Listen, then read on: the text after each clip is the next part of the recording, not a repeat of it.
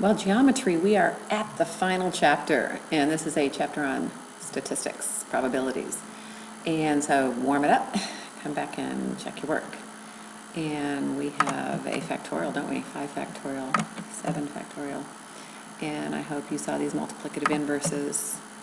And again here, once again, we have some multiplicative inverses. So there you go, no problem, right? So today the objectives are to solve problems involving the fundamental counting principle and find permutations and combinations. So here's your vocab. And fundamental counting principle is something we've used in 7th grade but haven't used since, so maybe you will find that to be quite easy when you see it. Permutation, combination, hopefully you remember those things a little bit. The fundamental counting principle says that if there are n items and m ways to choose a first item, m2 ways to choose a second after the first item has been chosen, and so on, then there are m1 times m2 times and so on, all the way to however many choices you have, right? Ways to choose n items. What does this look like in a real example? It's kind of hard to look at as a rule. So let's look at this yogurt parfait example. So to make a yogurt parfait, you choose 1 flavor of yogurt, 1 fruit topping, and 1 nut topping. So how many parfait choices are there? In all, you're going to choose 1 of the 2 flavors. So there's 2 choices here, right? And how many fruit choices do you have? 5. And we see 3 choices of nuts. So we would say take the number of flavors, multiply by the number of fruit, multiply by the number of nut choices, and you have a total number of choices, 30. Okay, let's see if you can do this one.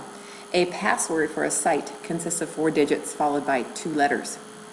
The letters A and Z are not used, and each digit or letter may be used more than once. How many unique passwords are possible? Okay, so we have 6 symbols, right? The first 4 are digits. And how many choices do you have in digits? Think about our numbers system, right? Single digits, 0, 1, 2, 3, all the way to 9. How many digits are there? There are 10, right?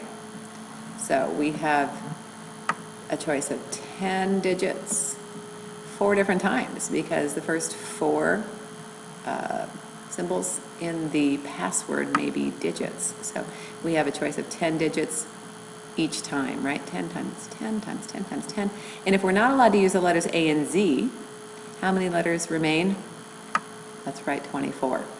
So we would multiply 10 times 10 times 10 times 10 times 24 times 24. There are 5,760,000 possible passwords. Now you try this example. Come back and check. With 6 starting points, 4 plot choices, and 5 possible endings, we should have 120 possible adventures, right? And can you answer this question? And please come back when you have. Okay, and let's hope that you found 73,116,160. Now, when we are allowed to use upper and lower case letters, that increases the possible choices of letters. It doubles it, doesn't it? So we have 52 possible letters each time, and then we have the 10 digits. So what is a selection of a group of objects in which order is important? When order is important, we call that a permutation, right? So there is one way to arrange one item, if I have just a single item. A second item, B, can be placed first or second. So if I have 2 items, I could have AB or BA as our order, right? If I increase and add a 3rd item, then the 3rd item could be first, could be second, or could be 3rd, right? And that would be for each of the orders above it. So we have 6 different arrangements. So when we have one item, we just have one arrangement. When we have two items, we have 2 times 1, or 2 arrangements, right? When we have 3 items, we have 3 times 2 times 1, whoops, see, or we have 6 possible arrangements, right? So let's see.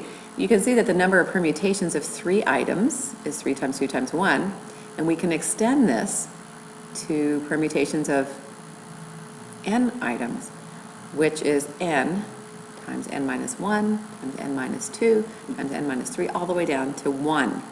This expression is called a factorial and is written as n factorial, an exclamation point. I wanted to point out that on our TI-30X2S classroom calculators that we have, there is a factorial key, and I wanted to show you where it was. So I'm going to clear the screen. If I wanted to find, let's say, 3 factorial, which is what we were just talking about, you would enter, key in 3, and then you would hit the probability, which is PRB key right here. PRB, standing for probability. And once you do, you see a few options. You see NPR, CPR, or NCR, and then there's an exclamation point. So just scroll 2 places over and underline the exclamation point, which stands for factorial, and press enter. And now we see 3 factorial. I hope you can see that there. 3 factorial. When you press enter now, you see the value of 3 factorial is 6. Woohoo! So there's a fun way to use your TI-30X2S to find factorials. So for any whole number n, the factorial of a number is the product of the natural numbers less than or equal to the number 0 factorial. 0 factorial, by the way, is defined as 1. So you should know that if you see 0 factorial, that equals 1. Kind of like raising something to the 0 exponent equals 1 as well. So 6 factorial is 6 times 5 times 4 times 3 times 2 times 1, 720. Sometimes you may not want to order an entire set of items. Suppose you want to select and order 3 people from a group of 7. So one way to find the possible permutations is to use the fundamental counting principle. So the first person, we would have 7 choices. The second person, we would have 6 choices of people left, right? And after pulling that second person out, we now have 5 people left to make the third person choice. So there's 210 possibilities, right? If we're choosing them in order. Another way to do this would be to find the possible permutations using our factorials. So you can divide the total number of arrangements by the number of arrangements that are not used. In the previous slide, there are 7 people total and 4 whose arrangements do not matter. So this can be generalized to the formula that we have used before, the permutation formula. And the number of permutations of 7 items taken 3 at a time would be 7 factorial over the remaining who are not taken, right? 4 factorial, or 7 minus 3. Okay? This, as a rule, is NPR, National Public Radio. No, just kidding. This is our permutation, where N is the number of items, and R tells you how many are taken at a time, right? And so we see our familiar formula, N factorial over the quantity N minus R factorial. Okay, I want to point out another way you can find permutations using your calculator. And what we do is, let's do this example of 7 items taken in arrangements of 3 that we just saw. We know the answer is 120. So we can input 7 on the calculator and then hit that probability key again, and you see that you have the choice of NPR, which is the permutation choice. So hit enter, and on your screen you see NPR. Okay, and now we're going to put the number of arrangements, which was 3. So we now have 7 NPR 3, and when we hit enter, we see our answer is 210. Woohoo! A fun way to use this calculator. Very good.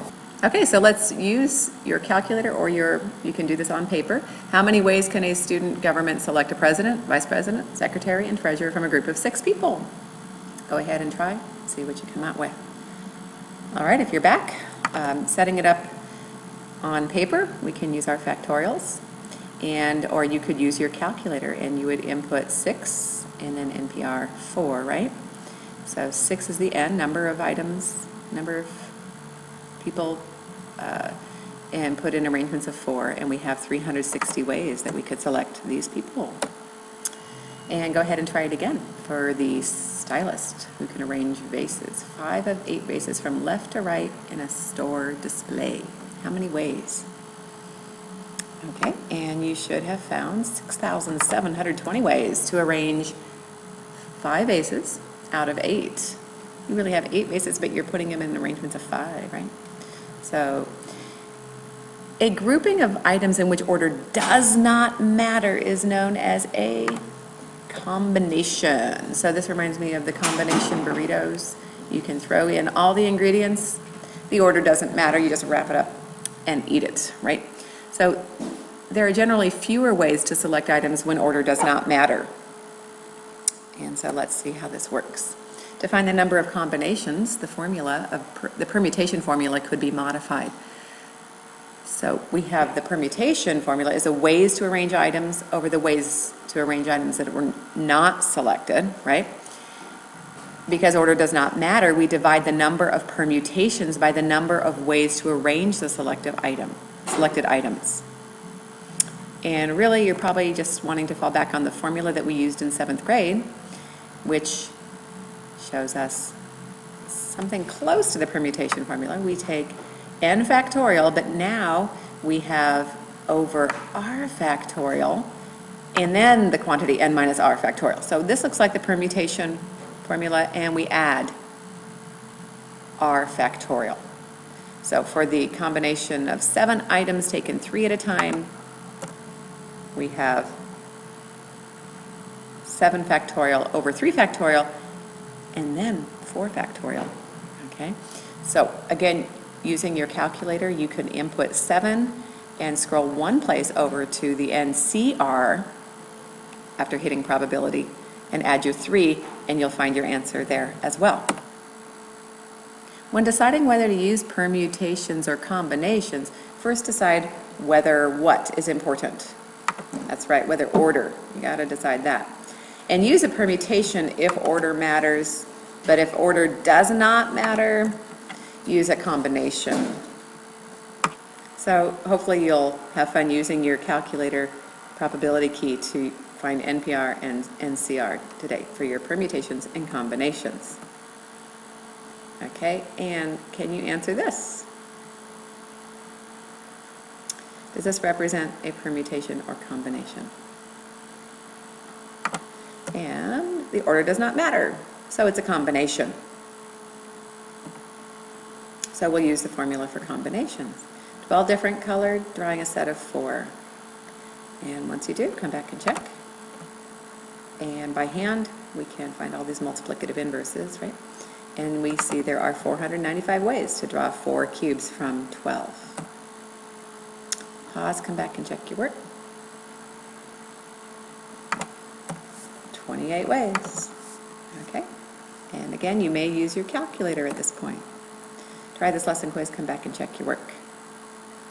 6 different books displayed in the library window. How many different arrangements? 720. A code includes 5 digits. Can't use 0 and 1, so how many possible codes are there? 80,000.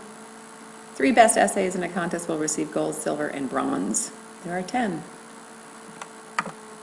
720 different ways they could be awarded.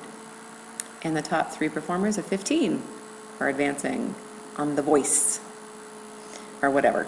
Anyway, how many ways can this be done? 455. There you go. Have a great day. I'm proud of you guys. You're doing really well.